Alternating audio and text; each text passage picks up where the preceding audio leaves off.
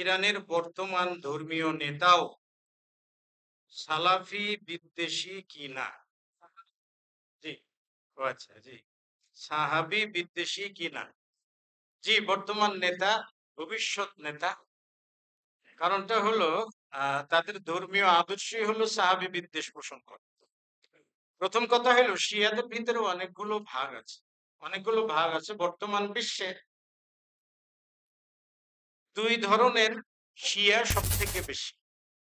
যেমন ইয়ামানে যেটা আছে হুতি বা আউসি বলি, এরা হলো জায়দিয়া সম্প্রদায়। জায়েদ বিন হাসান বিন আলী, তার নামে জায়েদ থেকে জায়দিয়া সম্প্রদায় হয়েছে। আরেকটা গ্রুপ হলো রাফেজি সম্প্রদায়। রাফেজি সম্প্রদায় হলো সব থেকে খারাপ আকীদা, সব থেকে মন্দ আকীদা পোষণ করে থাকে হলো রাফেজি সম্প্রদায়। বলতে পারেন যে শিয়াদের ভিতরেও উগ্র শিয়া যারা, তারা হলো রাফেজি। তো বর্তমানের ইরানি শিয়া যারা রয়েছে এরা হলো রাফেজি। ইরানের রাফেজি শিয়া এবং সিরিয়াতে বাশার আল আসাদ যারা ছিল এরা আলাভি শিয়া। এটা রাফেজি শিয়ারই একটা শাখা। সেক্ষেত্রে ইরানের বর্তমান ধর্মীয় নেতা তিনিও সাহাবী বিদ্বেষী, অর্থাৎ তার বংশ পরম্পরা সাহাবী বিদ্বেষী। তবে রাজনৈতিক ফায়দা হাসিল করবার জন্য প্রকাশ্য সালাফি বিদ্বেষী প্রচার করে না।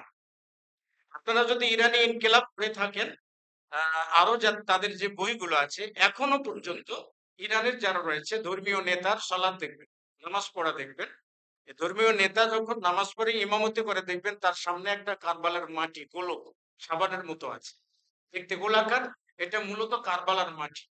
অর্থাৎ তারা জমিনে সিজদা দেয় না, কারবালার মাটিতে সিজদা দেয়।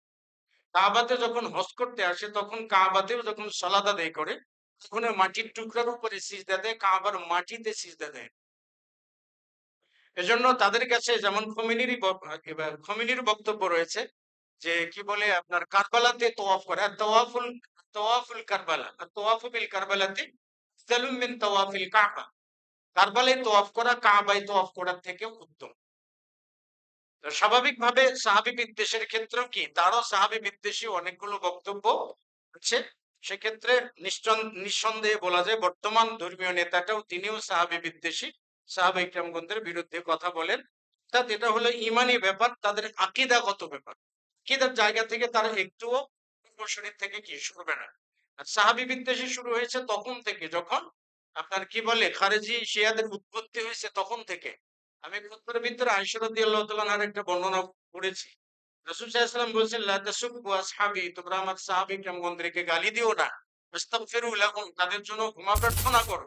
কিন্তু সুব্বাহুম, তাদেরকে গালি দেওয়া হচ্ছে এখন। তার মানে তখনই গালি দেওয়া হতো, এটা তাদের আকীদা, এটা তাদের বিশ্বাস। এখনো পর্যন্ত দিচ্ছে, ভবিষ্যতেও তাদের ধর্মীয় নেতাগণ দেবেন, যদি না তাদের শিয়া মতবাদ পরিত্যাগ করে সালাফিয়তের দিকে না আসেন, তাহলে সবসময়ের জন্য এই আকীদার উপরেই তারা থাকবেন।